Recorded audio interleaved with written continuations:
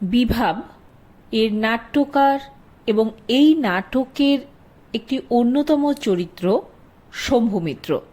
প্রথম পর্বে আমরা এই নাটকের প্রেক্ষাপট এবং বিষয়বস্তু সম্পর্কে কিছুটা ইঙ্গিত দিয়েছিলাম।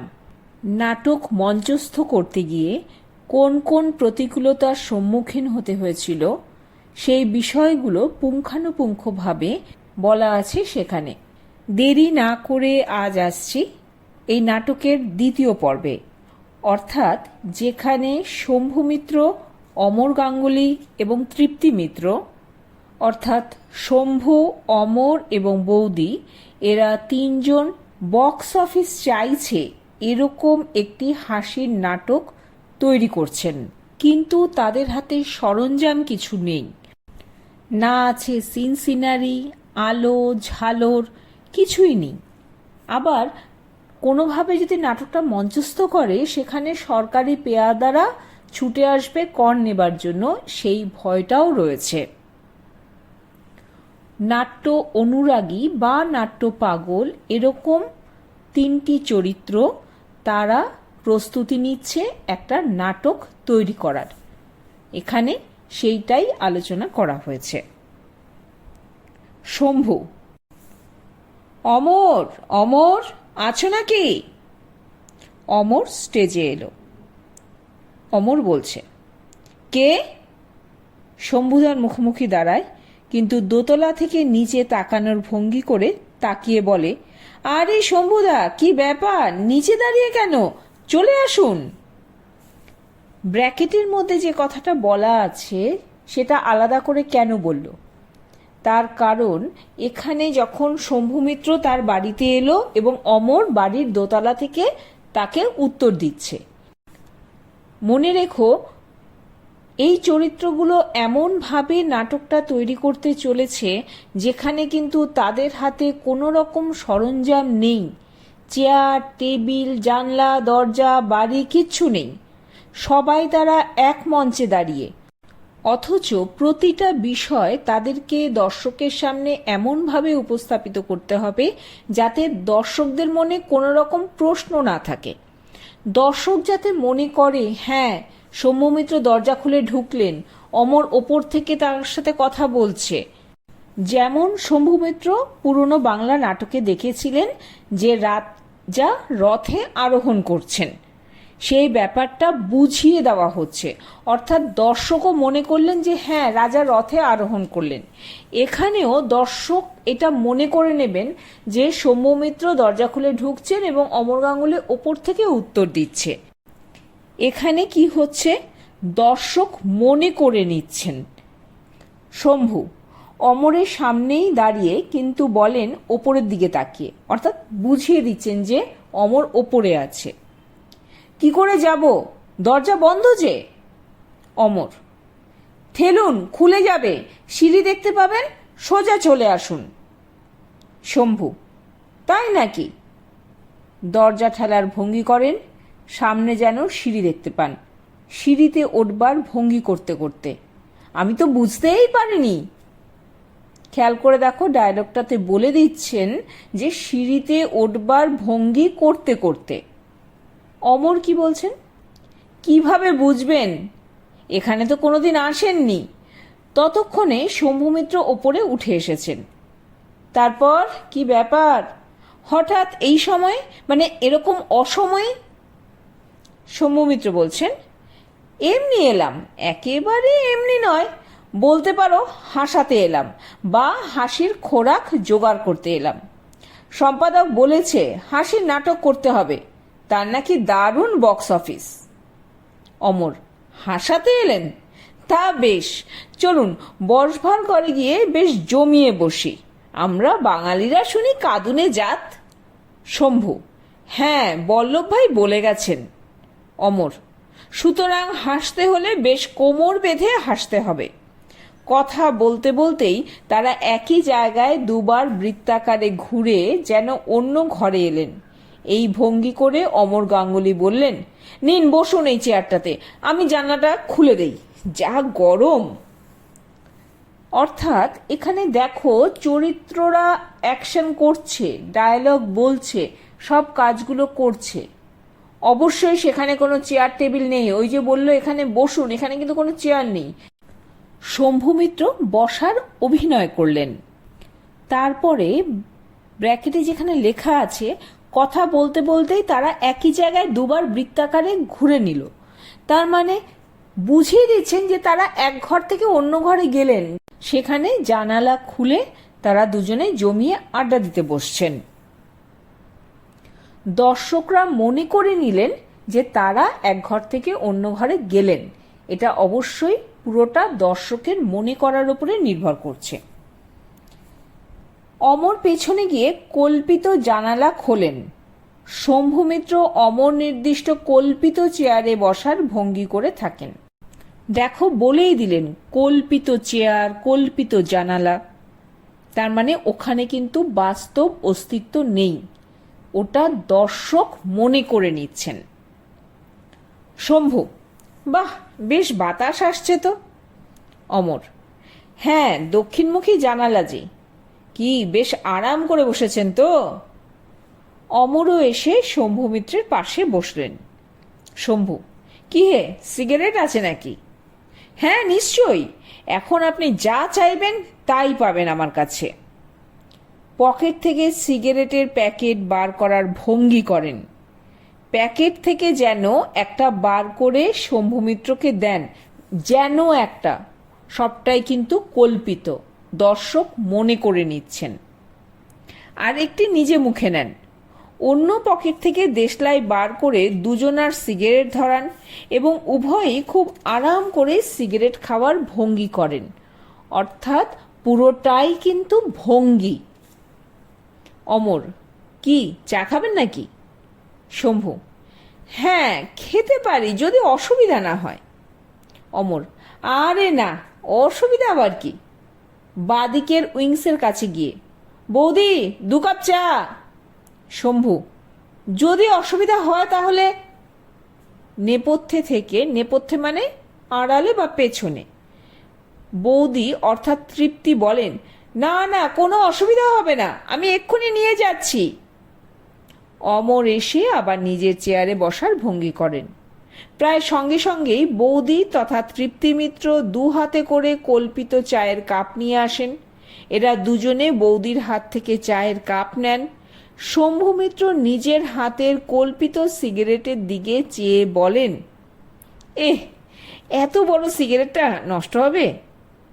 অমর বলছে, ঠিক আছে ফেলে দিন না, আবার দেব। শম্ভু: ওহ, দাতা কর্ণ যে। অমর: এই কিছুক্ষণের জন্য। চা নিয়ে আসা, চা হাতে নেওয়া, চা হাতে নিয়ে সিগারেটের দিকে তাকিয়ে, মানে কল্পিত সিগারেটের দিকে তাকিয়ে, ইস এতটা রয়ে গেছে, ফেলে দেব? ও বলছে, না না ফেলে দিন না, আবার দেবো। বলছে দাথা কর্ণ, মানে যে বন্ধুরা বন্ধুরা যেরকম মজা করে কথা বলে। শম্ভু মিত্র সিগারেট ফেলে দেন, পায়ের উপরে পা তুলে আরাম করে বসে চা খেতে থাকেন। এই পুরো ব্যাপারটা কিন্তু তারা ভঙ্গি করে করে দেখাচ্ছেন। কোথাও কিন্তু কেউ চেয়ারে বসে নেই, কেউ দাঁড়িয়ে নেই, বা কারো হাতে কোনো কাপ প্লেট নেই, কিচ্ছু নেই। পায়ের উপরে পা তুলে বসা, সেই ব্যাপারটাও কিন্তু অবশ্যই ভঙ্গি করে দেখিয়েছেন। অমরকেও সেরকম আরাম পেতে দেখা যায়। বৌদি দুজনার দিকে তাকিয়ে থাকে, বলেন, তা কি খবর? শম্ভু: এই এলাম আর কি। শুধু এলেন না, হাসাতে এলেন। ওহ, তা কই? হ্যাঁ কই, হাসান। নিজের কল্পিত বসবার ভঙ্গি নির্দেশ করে। কেন, হাসি পাচ্ছে না? হ্যাঁ, বল্লভ ভাই বলে গেছেন। অমর ও বৌদি: না। এই নাটা কিসের উত্তর? প্রথম কথা, উনি যে পায়ের উপরে পা তুলে বসেছেন ওরকম একটা ভঙ্গি করা দেখে বৌদির হাসি পেয়েছিল কিনা জিজ্ঞেস করেছিলেন, তাই তো? তারও উত্তর হতে পারে। আবার বল্লভ ভাই বলে গেছিল বাঙালি কাঁদুনে জাত, আদৌ বল্লভ ভাই প্যাটেল কখনো বলেছিলেন কিনা সেটা কিন্তু কেউ জানে না। বল্লভ ভাই প্যাটেলের নাম নিশ্চয়ই তোমরা শুনেছ। সর্দার বল্লভভাই প্যাটেল ছিলেন দেশের প্রথম স্বরাষ্ট্রমন্ত্রী এবং উপপ্রধানমন্ত্রী। আমাদের দেশে যে বিভিন্ন ছোট ছোট রাজ্যগুলি রয়েছে সেগুলোকে তিনি ঐক্যবদ্ধ হবার জন্য আপ্রাণ চেষ্টা করেছিলেন, অর্থাৎ একটা সামঞ্জস্য বিধান করেছিলেন। আর এই বল্লভভাই প্যাটেল বাঙালি সম্পর্কে এই যে বাঙালি কাঁদুনে জাত এরকম একটা বলেছিলেন কিনা সেটা কিন্তু কোথাও উল্লেখ নেই, কিন্তু আমরা অনেক সময় সেই কথার কথা বলে একটা কিছু বলে দিই, এখানে হয়তোবা সেরকমই কিছু হবে। তাই আমরা মনে করতেই পারি হয়তো সেই ইঙ্গিতেই এখানে না কথাটা এসেছে। যাক, এবারে শুভমিত্র বলছেন, কল্পিত চেয়ার থেকে টলতে টলতে দাঁড়িয়ে, মানে একটা বিশেষ ভঙ্গিমা করতে, সে কি এত কষ্ট করছি তবু হাসি পাচ্ছে না? অমর, আরে এতে হবে না শম্ভুদা, এতে হবে না। অমরও দাঁড়িয়ে ওঠে। বৌদি, এতে হবে না। অমর, হ্যাঁ, এতে কোনো গল্প নেই, কোনো মানে যাকে বলে হিউম্যান ইন্টারেস্ট নেই, কোনো পপুলার অ্যাপিল নেই, খামখা হাসি পেলেই হলো। শব্দগুলো খেয়াল করো, হিউম্যান ইন্টারেস্ট, অর্থাৎ আমরা নাটক যখন দেখি তখন কোনো একটা বিষয়ে আমাদের ইন্টারেস্ট থাকে, সেই নিয়ে আমরা নাটকটা দেখি। আরেকটা দেখি কখন পপুলার অ্যাপিল, কোনো জনপ্রিয় চরিত্র থাকতে পারে, মানে ক্যারেক্টার যে সে জনপ্রিয় হতে পারে, কোনো একটা জনপ্রিয় বিষয় নিয়ে হতে পারে, অর্থাৎ পপুলার অ্যাপিলটা নেই। তাহলে অকারণে খামোখা হাসিটা পাবে কেন? শম্ভু, ও হিউম্যান ইন্টারেস্ট, পপুলার অ্যাপিল কিছুই নেই না? তাহলে তাহলে কি করা যায়? বৌদি, তাহলে অমর, তাহলে সকলেই গালে হাত দিয়ে চিন্তার ভঙ্গি করেন, এক একজন এক এক রকম, অর্থাৎ তারা তিনজনেই যে একটা বিষয় নিয়ে গভীর চিন্তামগ্ন সেটা দর্শকের কাছে বার্তা দেওয়া হলো, গালে হাত দিয়ে তারা চিন্তার ভঙ্গি করছেন। বৌদি, আচ্ছা আমি একটা কথা বলবো? হ্যাঁ হ্যাঁ, নিশ্চয়ই নিশ্চয়ই, বলুন না বলুন। বৌদি, আচ্ছা পপুলার করতে হবে এই তো, তা পৃথিবীতে সবচেয়ে পপুলার সবচেয়ে ইন্টারেস্টেড জিনিসটা কি? শম্ভু ও অমর, সবচেয়ে পপুলার লারে লাপ্পা। বৌদি, না না, তার চেয়েও পপুলার। লারে লাপ্পা কি? এক প্রকার পাঞ্জাবি গান, তবে এখন অর্থ পরিবর্তন হতে হতে এখন আমরা লারে লাপ্পা বলতে তার চটুল ব্যাপার বোঝাই, বেশ ফচকেমি টাইপের কিছু ব্যাপার বোঝাই, সেটাকে আমরা বলি লারে লাপ্পা। তো তৃপ্তি মিত্র বলছেন যে না না, তার থেকেও বেশি পপুলার। অমর, তার চেয়েও পপুলার কি? বৌদি, প্রেম। পৃথিবীতে সবচেয়ে পপুলার জিনিস হচ্ছে প্রেম, এটা মনে হয় অস্বীকার করার উপায় নেই। কোনো প্রেমের গল্প শুনতে, প্রেমের কাহিনী শুনতে, তোমাদের পরিচিতদের প্রেমের গল্পগুলো শুনতে আমরা কিন্তু খুব ইন্টারেস্ট নিয়ে শুনি। তাই বৌদিও সেটা বলছেন যে পৃথিবীতে সবচেয়ে পপুলার জিনিস হচ্ছে প্রেম। শম্ভু সঙ্গে সঙ্গে স্বীকার করে, নিশ্চয়ই, দেখছো না বার্থ রেট কি হাই। প্রেম মানেই বিয়ে, আর সেখানেই বার্থ রেটের হাই হয়ে যাওয়ার একটা সম্ভাবনা থাকে। বৌদি, বেশ, তাহলে সবচেয়ে পপুলার জিনিস যদি প্রেম হয় তাহলে আমাদের কি করা উচিত? শম্ভু, কি করা উচিত? অমর, প্রেমে পড়া উচিত। বক্তব্যটাই বেশ মজার, মানে এই মুহূর্তে আমাদের হয়তো খুব আনন্দ লাগছে, কিন্তু ওদের ভাবনা হচ্ছে যে কি এমন নাটক করা যায় যেটা বক্স অফিস খাবে। বৌদি, আহা, সে তো ব্যক্তিগত ব্যাপার, আমাদের মানে আমাদের একটা লাভ সিন করতে হবে। শম্ভু, লাভ সিন? অমর, লাভ সিনটা আবার কি? আরে লাভ সিন বোঝেন না, মানে প্রেমের অভিনয়। অমর বলছেন, হ্যাঁ হ্যাঁ বুঝতে পেরেছি, লাভ সিন, লাভ সিন বায়োস্কোপে দেখেছি। অর্থাৎ ঘুরিয়ে ফিরিয়ে যে মানুষগুলো নাটক করছেন সেই মানুষগুলো নিজেরাও কিন্তু সেই বায়োস্কোপের অভিজ্ঞতা থেকেই ভাবছেন। বৌদি, আচ্ছা, তাহলে একটা লাভ সিন করা যাক। কিন্তু তাহলে তো এই টেবিল চেয়ারগুলো সরাতে হবে। কোথাও কিন্তু টেবিল চেয়ার নেই।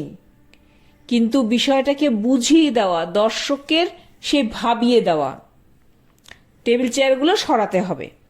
হ্যাঁ হ্যাঁ, এক্ষুনি সরিয়ে দিচ্ছি। দুটি কল্পিত চেয়ার এবং একটি টেবিল ওরা দুজনে নিয়ে যেন রেখে আসে একদিকে। রেখে হাত ঝেড়ে বৌদির কাছে এসে দাঁড়ায়। বৌদি: আচ্ছা, লাভ সিন করতে হলে প্রথমেই কি দরকার? শম্ভু: কি? চাঁদ, আকাশ। অমর: আর দক্ষিণের খোলা বাতাস। আরে ওসব তো পরে, তারও আগে দরকার একজন নায়ক এবং একজন নায়িকা। শম্ভু: হ্যাঁ সে তো বটেই, নইলে একা চাঁদ আর কি করবে? অমর: হ্যাঁ, ড্যাব ড্যাব করে তাকিয়ে থাকা ছাড়া। বৌদি: আচ্ছা, তাহলে আমাদের দরকার একজন নায়ক এবং একজন নায়িকা। অর্থাৎ এই যে ওরা নিজেরা নিজেরা কথা বলছে, দেখবে তোমরা যখন কোনো অনুষ্ঠানের রিহার্সাল দাও, সবাই মিলে যেরকম একটু গল্প গাছা হয়, এখানে সেরকমই। তবে গল্পের মধ্যে ঠিক হচ্ছে কে কি হবে না হবে, জিনিসগুলো সেই সঙ্গে জানিয়ে দেওয়া হচ্ছে দর্শককে যে কি কি হতে চলেছে। নায়িকা দরকার বলেই তাড়াতাড়ি দর্শকদের দিকে তাকিয়ে নায়িকা খোঁজবার ভঙ্গি করেন, অর্থাৎ যেন নায়িকার সন্ধান করছেন। বৌদি অমরের কাছে গিয়ে: নায়িকা তো আমিই হতে পারি। শম্ভু: তুমি? তুমিই হবে? অমর: হ্যাঁ হ্যাঁ, শম্ভুদা, বৌদি হন না, অনেক দিন থেকে আমাদের দলে রয়েছেন। শম্ভু: আচ্ছা, তাহলে তুমিই হও। বৌদি: আচ্ছা, নায়িকা তাহলে আমিই হলুম, এখন নায়ক? তিনজনের মধ্যে একটি মেয়ে, কাজেই নায়িকা নিয়ে কোনো বিভেদ নেই। কিন্তু ছেলে তো দুজন আছে, তাহলে নায়ক কে হবে? অমর নায়কের কথা শুনেই তাড়াতাড়ি একটু এগিয়ে পকেট থেকে রুমাল বার করে মুখ মুছে একদিকে কায়দা করে তাকিয়ে একটা পা নাড়তে থাকেন। বৌদি একবার শম্ভু মিত্রের দিকে, একবার অমর গাঙ্গুলিকে যেন পরখ করে দেখেন, তারপর সিদ্ধান্ত নেন। বৌদি শম্ভু মিত্রকে: আচ্ছা, নায়ক তুমিই হও। অর্থাৎ ও মুখটুক মুছে নিয়ে বেশ নায়ক নায়ক একটা ভাব ভাব করছিল, কিন্তু বৌদি বললেন শম্ভু মিত্রকে যে তুমিই নায়কটা হয়ে যাও। শম্ভু বলছেন আমি? অমর বৌদির কথা শুনে সে স্পষ্টত হতাশ, অর্থাৎ বেশ ভাবটা আনছিল না, কিন্তু যেই না বৌদি শম্ভু মিত্রকে বলল, তাই একটু হতাশ হলো। নিজের মুখে তো বলতে পারছে না যে আমি হব। তারপর অপ্রস্তুত ভাবটা কাটাবার জন্য হাসবার ভঙ্গি করে বলে, হ্যাঁ হ্যাঁ শম্ভুদা, আপনিই হন, আপনিই হন। আমি হব? আমাকে অবশ্য মানায় ভালো, মানে চেহারাটা তো বেশ অহংকার অহংকার ব্যাপার। সে অবশ্য আমাকে কি আর কম মানায়, তা যাকগে, আপনিই হন। এখন তাহলে তুমি নায়ক আর আমি নায়িকা, আর এই ঘরটা ধরো রাস্তা। শম্ভু: রাস্তা মানে পাবলিক থরোফেয়ার, অর্থাৎ সাধারণের চলাচলের পথ, অর্থাৎ একটা এমন একটা স্টেজ যে হ্যাঁ এটা রাস্তা বোঝাচ্ছে। অমর: আরে বাবা, ঘরটা রাস্তা? মানে দর্শককে বলে দেওয়া, ওরা তিনজনে কিন্তু তখনও ঘরে, দর্শক মনে করে নিল যে ওরা এবার রাস্তায় নামছে। আরে বাবা, এটা ঘরটা রাস্তা? হ্যাঁ, এইটা একটা রাস্তা, এখান থেকে নায়িকা কলেজ থেকে ফিরছে আর নায়ক আসছে। রাস্তায় তাদের দুজনের ধাক্কাধাক্কি হবে। শম্ভু: রাস্তায় ধাক্কাধাক্কি হবে? আর তাতেই তো হবে পরিচয়। বৌদি: হ্যাঁ হ্যাঁ, লাভ সিনে তাই হয়, অর্থাৎ একটা ছক বাঁধা ব্যাপার, নায়ক নায়িকার একটা সংঘর্ষ তো হবে, তারপরে তো তাদের পরিচয়টা হবে, ব্যাপারটা এরকম। নাও নাও, আমি যাচ্ছি, তুমি এসো। দুজনে একটু পিছিয়ে গিয়ে স্টার্ট নিতে যান। শম্ভু মিত্র হঠাৎ চেঁচিয়ে ওঠেন, দাঁড়াও দাঁড়াও, আমি তো নায়ক। তাই এ নায়ক কে? মানে সে কোত্থেকে আসছে? অফিস, কলেজ থেকে? না বলাও যায় না, আজকাল স্কুল থেকেই। অর্থাৎ নায়কের বয়সটা কেমন হবে সে ব্যাপারটা। বৌদি: নায়ক আসছে, এটাই হলো বড় কথা। নায়ক নায়ক। ও নায়ক নায়ক, তার আপিস নেই, কলেজ নেই, কিছুই নেই। অমর বলছে, খালি সে ধাক্কা দিয়ে বেড়ায়? শম্ভু, বাহ, বেশ তো, ঠিক আছে, আমি যাচ্ছি। দুহাত জোর করে প্রণাম করে বলে, জয় নটনাথায়, অর্থাৎ নাটকের ঈশ্বরের জয়ধ্বনি দিলেন। লাভ সিন শুরু হলো। চলতে শুরু করেন। ওদিক থেকে বৌদিও আসছিলেন। মাঝপথে দুজনায় ধাক্কা লাগে। বৌদি এক পা পিছিয়ে যান। বৌদি, কে আপ দেখতে নেই? চোখ খুলে চলতে জানেন না? আপনি আপনি হঠাৎ শম্ভু মিত্রের গালে একটা চড় বসিয়ে দেন। অর্থাৎ তাদের তিনজনের মধ্যে ধাক্কা অবধি কথা হয়েছিল, চড়ের কথা তো কিছু হয়নি। শম্ভু ও অমর, আরে আরে, ইয়ে কি হচ্ছে, মারামারি কেন? বৌদি গম্ভীরভাবে, love scene, love scene. Shambhu, এ বড় জখমি লাভ সিন, তা আমি কি করব? অর্থাৎ আগে থেকে তো কিছু ঠিক হয়নি। ও চর মারবে, তারপরে নায়ক সেরকমভাবে উত্তর দেবে, সেরকমভাবে তখন নায়িকার আবার মনের মধ্যে একটুখানি দুঃখ দুঃখ হবে, তারপরে তো প্রেম জন্মাবে। এইটা ছিল একটা ব্যাপার, কিন্তু পুরো ব্যাপারটা তো বৌদির মনের মধ্যে রয়েছে, তখনও তো তারা প্রকাশ করেনি বা আলোচনা হয়নি। তাই একটু শম্ভু মিত্র ঘাবড়েই গেছিলেন আর কি। তখন বৌদি বলছেন যে কি করতে হবে শম্ভু মিত্রকে? আমতা আমতা করো, আমতা আমতা করো।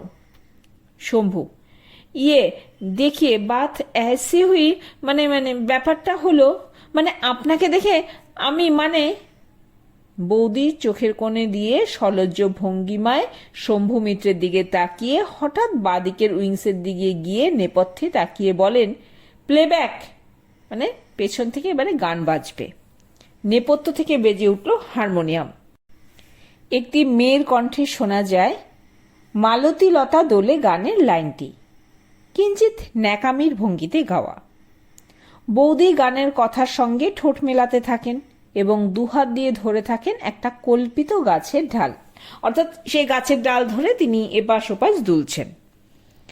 শম্ভু মিত্র এবং অমর গাঙ্গুলি অবাক হয়ে তাকিয়ে থাকায় তাদের বোঝাবার জন্য বলেন, গাছের ডাল, গাছের ডাল। আবার গান আরম্ভ করেন। গানটি ফিল্মি কায়দায় গাওয়া হচ্ছিল। মানে এই যে পুরো ব্যাপারটা বৌদি করছেন, সেটা তো আগে থেকে আলোচনা নয়, ওটা হচ্ছে হচ্ছে এবং ওই জন্য ওরা খুব বোকার মতো তাকিয়ে থাকছে যে এরপরে কি করতে হবে। শম্ভু মিত্র বলে ওঠেন, যাও যাও, এ কি রবীন্দ্রনাথের গান হচ্ছে নাকি, ওই দোলে দোলে করে? নেপথ্যে যিনি হারমোনিয়াম বাজাচ্ছিলেন তিনি বলেন, আরে সব সময় কি অ্যাস্থেটিক দেখলেই চলে নাকি? বক্স অফিস বলেও তো একটা কথা আছে।